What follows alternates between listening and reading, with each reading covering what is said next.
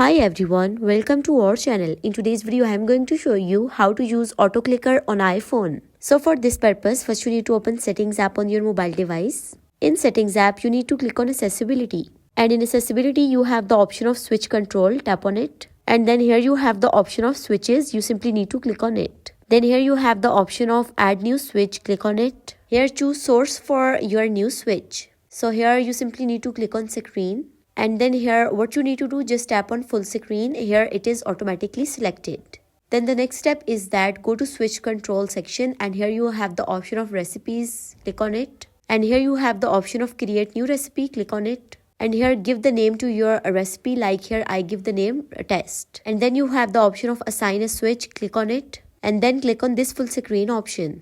Then here you have many options. You simply need to click on custom gesture. And once you click on custom gesture, then this page will pop up. Here you can see a custom gesture or switch control look like this. Then at the top right corner you have save button, tap on it. And then the next step is that go to accessibility. And in accessibility you need to scroll down, and here at the bottom you have the option of accessibility shortcut, click on it.